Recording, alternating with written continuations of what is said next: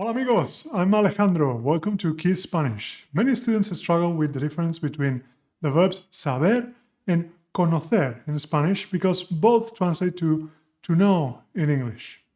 However, they are used quite differently, and we are going to master the distinction between these two tricky verbs in today's lesson.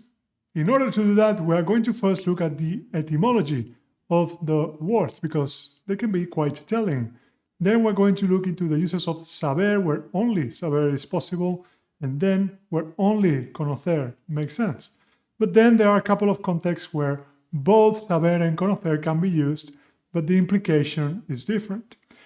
In the end, we're going to learn some expressions with the verb saber that could be quite handy for your conversation. And also, it's important that you stick to the end because I have a free gift for you. And I can tell you two things. It's a pretty cool gift. And the second is that you will have to work for it. Before we look into the etymology of saber, let's quickly take a glance at the conjugation in the present tense. Saber is irregular. So you would say in the first person, yo sé, no sabo, yo sé. And then it becomes a regular verb. Tú sabes, él sabe, sabemos, sabes, sabe. And this verb comes from the Latin sapere. Something very interesting is that this is the same etymology as the word for sabor, which means taste or flavor in Spanish. And this is not just chance. Just the Romans in the past associated the taste with being knowledgeable. That's why you have the expression to have good taste, tener buen gusto in Spanish, meaning to have a good judgment or to be knowledgeable. So that's quite an interesting fact.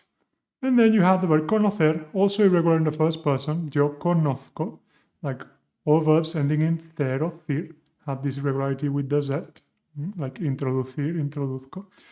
Then tú conoces, conoce, conocemos, conocéis, conocen. And this verb comes from the Latin cognoscere. My Latin is terrible, that butchered that pronunciation very likely, but this is also interesting because in English you have a word that I don't know, maybe you are not familiar with it. It's not very common, but it is a word. It is cognizance. And you say to be cognizant of something, meaning to have knowledge or awareness of a fact. Like here says, had no cognizance of the situation. So there is some similarities there between the word conocer and cognizance in English. And these two pieces of information regarding the etymology will be useful now when we look into the uses of each of the verbs. Let's start with when do we use saber. With saber, you can say that sabes dónde vive alguien, en qué trabaja, cuándo va de vacaciones. So you know, sabes, where someone lives, what does he or she do for a living, or when he or she is on holiday. That is information that you learn or assimilate. It's something you have. It's not something you can just get in contact with. And this distinction of getting in contact with will be important later on. But just think of information that you learn or assimilate, and it's yours. For example, I could say, ¿sabes dónde está la escuela de Sergio? Do you know where Sergio's school is? That's a piece of information. So, ¿sabes dónde está? Aside from information, you can also saber skills, like cocinar, español, nadar, o tocar el piano. These, again, are things you learn or assimilate and that you have. So both pieces of information and skills, things that you learn or assimilate. And there is a use case with saber followed by the preposition de in a topic, which is to be knowledgeable about. For example, saber de plantas, saber de informática, or saber de fútbol. And I could say, mis hermanos saben mucho de informática. My siblings are very knowledgeable about computers. You can also translate this as being computer savvy or literate. That is, to be knowledgeable about. Or you could say that mi pareja y yo no sabemos nada de fútbol. My partner and I know nothing about soccer. So this saber de is normally combined with another word that says to know a lot of, or not much of, or quite a bit of, like saber mucho de, saber nada de, or no saber nada de, but means to be knowledgeable about. So remember, saber, to learn or assimilate pieces of information, dónde vives, de dónde eres, en qué trabajas, or skills, nadar, hablar español, tocar el piano. Now let's look into the uses of conocer. And you can conocer a Sergio, conocer Cáceres, conocer el carácter de una persona. These are things that exist independently from the person who knows them. That is, as opposed to what we said, that your skills or information is something you have. These Cáceres and Sergio are independent beings of your awareness of them. What you have to think, this might be a bit abstract, but a better way of thinking about it is things that you have been in contact with. And that is where the root, the etymology of cognizance, awareness, knowledge, in the sense of being aware of it, might be useful. These things that you have direct experience of or contact. You can think of it like this. You can conocer someone, as in recognize him or her, or know his or her character, the way she or he acts, but you cannot learn or assimilate a person, as you can learn a list of verbs or a song or a poem. So this is an important distinction. Therefore, you would say something like, ¿conoces a Ted? And I really hope we'll be very happy you get this reference. I'm going to give you a super hint. ¿Conoces a Ted? Have you met Ted? And with conocer plus a person or a pet, you will use the personal a. Okay, this preposition a every time you refer to a person with conocer. Conoces a Ted, conoces a Alejandro, conoces a mi perro. And when conocer is used in the past, like conocí a Ted el año pasado, then it's not to know Ted or to be aware of Ted, is to have met him. Okay? So to meet, when conocer is in the past, but I would say conozco a Ted if I mean I know, I'm aware of him, I have been in contact with him. But you don't use conocer, as we said, only with people. But you don't use conocer only with people. You can use it also with places. No conozco Cáceres, pero quiero visitarla. I don't know Cáceres, but I want to visit it. I hope that's true. It's a great city.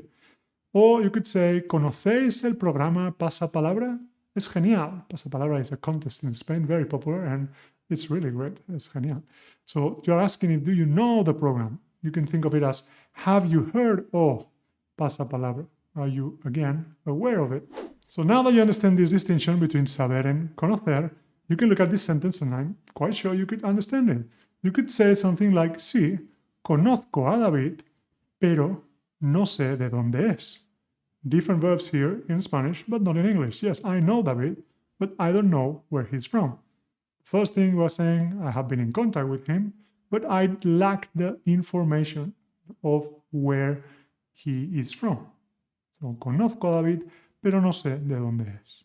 Let's take now a break from the theory and let's put things into practice because, as you know, KeySpanish is not a lazy, friendly channel, so you have to participate, you have to interact. No seas vago. Now I'm going to give you some challenges, an exercise where you need to complete the conversation with saber or conocer. John, as you may know, is a British guy living in Cáceres and he's in the dating scene. So he's asking a girl, hola, ¿quieres ir al Parque Natural Alto Tajo este sábado? This is a natural park in Madrid, quite beautiful. And the girl replies, ¿cuál es? No lo what? What's the verb here? Well, she would say, and you can pause the video, you need more time to think, no lo conozco. I'm not aware of that part. What is that? Where is it? Well, John replies, es muy bonito. Podemos hacer rafting. It's very nice. We can go there and do rafting. And she replies, vaya, pues yo no nadar. Creo que no es buena idea. Well, I don't know how to swim. I don't think it's a good idea. What would be the proper verb? Well, she would say, no sé nadar. Yo no sé nadar. Because it's a skill. So he replies, good man, John is very smart, says, bueno, si tu hermana está disponible. So, oh, well, do you know if your sister is available? He has no shame, my goodness. But would it be saber o conocer? Well, be sabes si tu hermana está disponible. That is a piece of information that she is holding or lacking. Therefore, you would use saber. So far, we have looked at cases where just saber is used to talk about learned or assimilated skills or pieces of information, or conocer is used to talk about being familiar with a place, a person, or with something. But now let's look into more particular cases, and this can get a bit more tricky. And one use is saberse algo, saberse la lista de los reyes de España, saberse los poemas de Machado o las canciones de Rosalía. And you can see here it's a pronominal form with the reflexive pronoun se. Yo me sé, tú te sabes, él se sabe. When used this way, it means that you know from memory or by heart. Some examples. Yo me sé todas las canciones de Julio Iglesias. I know all the songs by Julio Iglesias. And John se sabe mi número de teléfono de memoria. John knows my phone number by heart. And this is a case where conocer could also be possible, but the implication would be different. So, saberse would be the knowledge you have learned, assimilated, that you have, but you can also conocer los poemas de Machado, conocer las canciones de Rosalía. But that case is different. There you are saying that you have been in contact with that information, not that you have assimilated it. So what cases would that be? Well, it's perfectly reasonable for you to conocer una canción de Rosalía, pero no sabértela. That is, you know a Rosalía song in the sense that you have been in contact with it, you may have heard it, but you don't know it, meaning you cannot sing it. You don't know it by heart. So this is an important distinction. Another example, a painful one, but the true one, unfortunately, is that you can conocer las reglas de gramática del español y no saber hablarlo. You can know the rules of the Spanish grammar and not know how to speak it. You can be aware or have been in contact with these rules, but you may not have the skill of speaking Spanish. These are examples of things you can conocer, been in contact with, but not saber. That is, not to have acquired that information by heart or that skill. But the reverse is also true. You can also saber things that you don't conoces, know things that you don't know. In English, that doesn't work. So let's look at those examples. John sabe cuál es el mejor gimnasio de la ciudad, pero no lo conoce. If you translate this directly to English, that doesn't make sense. John knows the best gym in town, but he doesn't know it. But what we mean when we say this is that he may have looked at the reviews on Google, and there's a gym that is the best, or someone told him about the best gym in town, but he has not been there. He has not been in contact with that gym. He has a piece of information of being the best gym in town, but not the direct experience of that gym. So he sabe el mejor gimnasio, but no lo conoce. And the same with Sergio sabe el camino, pero no lo conoce. Sergio knows the way, but he doesn't know it. Again, in English, doesn't make sense. But what we are saying here is that he looked it up. He looked the best way on Google Maps, the path. So he knows the path, but he has not traveled the path. No conoce, has not walked it. So that's the theory. We have seen cases of where use saber is possible, learn skills, information, where conocer is only possible, being aware of people, places, and these more tricky scenarios where you can saber things and not conocerlas, and the other way around. So again, I hope it's now much more clear, and to make sure it is, we're going to do a test. I'm going to give you this scenario, and you tell me if this is related to saber or conocer. So, with cosas, personas, lugares, acciones, ¿sabes o conoces estas cosas? Well, conoces personas, conoces lugares, acciones o cosas. Okay? Now, tocar el piano o nadar, ¿sabes o conoces estas cosas? Well, sabes tocar el piano o sabes nadar. You know how to play the piano, you know how to swim, because again, these are skills you have assimilated or learned. Now, ¿dónde vive Alejandro? Is that saber o conocer? Well, it would be saber dónde vive Alejandro. And I hope that's not the case. That would be a bit weird. But that's a piece of information that you have. But la casa de Alejandro, that's saber o conocer? Well, conoces la casa de Alejandro. That would be even more weird because that is that you have been in the house with me. You have direct experience of that house. And the last one is las capitales de España, los ríos. So the capitals of the different provinces of Spain or the rivers of Spain as a list of things, not as being in contact with them. So that's saber or conocer. Well, that's saber. You know these kinds of things because these are things you assimilate, that you study, that you learn, not that you are in contact with. So saber las capitales, saber los ríos.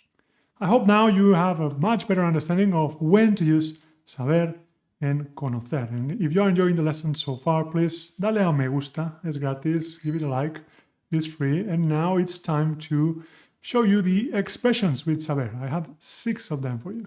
Que yo sepa is the first one, as it means as far as I know. Like, que yo sepa, hoy no hay ningún concierto. As far as I know, there are no concerts today here. One more is para que lo sepas. This sepa is in the subjunctive. Don't worry about this, the grammatical form of it. Just learn it as a chunk, as a group of words. Que yo sepa, para que lo sepas. And para que lo sepas means just so you know. So, para que lo sepas, voy a publicar un vídeo sobre los pasados en español. Just so you know, I'm going to publish a video about the past tenses in Spanish. One more is vete a saber. Vete a saber. Your guess is as good as mine. You may ask me, where is Sergio? ¿Dónde está Sergio? I can say, vete a saber.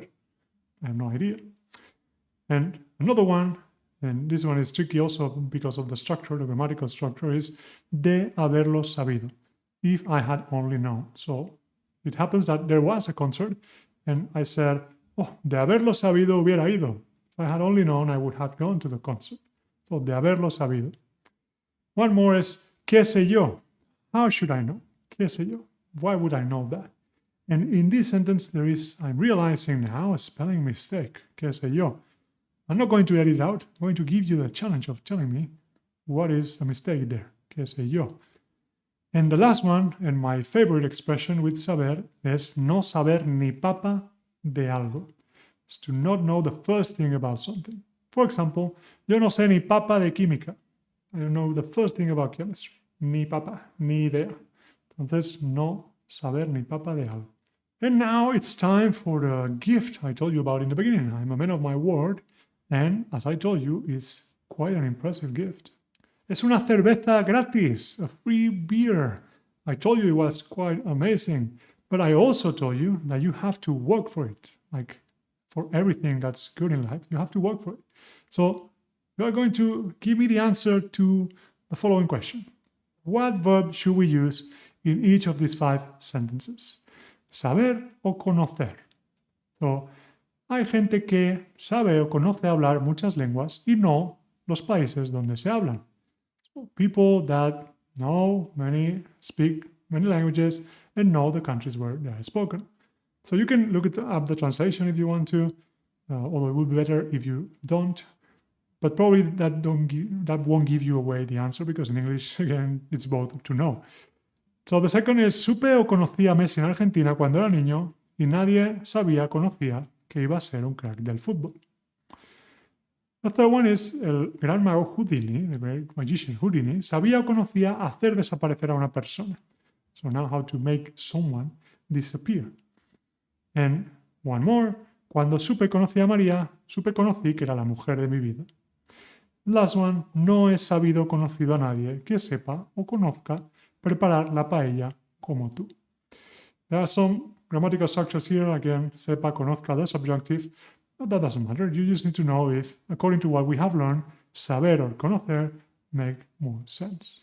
So in the comments, the first person to give me the answer, you can write just one and saber and conocer in order, but it will be even better if you write a full sentence. That's a good practice, and remember, KeySpanish is not a lazy-friendly channel. So in fact, I'm going to raise the stakes. No, you have to write a full sentence, not just one saber conocer, to get the prize, which is a free beer. The first one to do that will get it. So now you have some good practice with saber and conocer. You know when to use each of them, when both are possible, but the implication of using each of them, and you even know the etymology. I would say you are learning a lot here, right? So if you want more lessons like this, you can subscribe to the channel. And next, you can watch the video I did about voy and me voy, or ir and is, another confusing pair of verbs. Muchas gracias. Soy Alejandro de KeySpanish. y nos vemos en clase.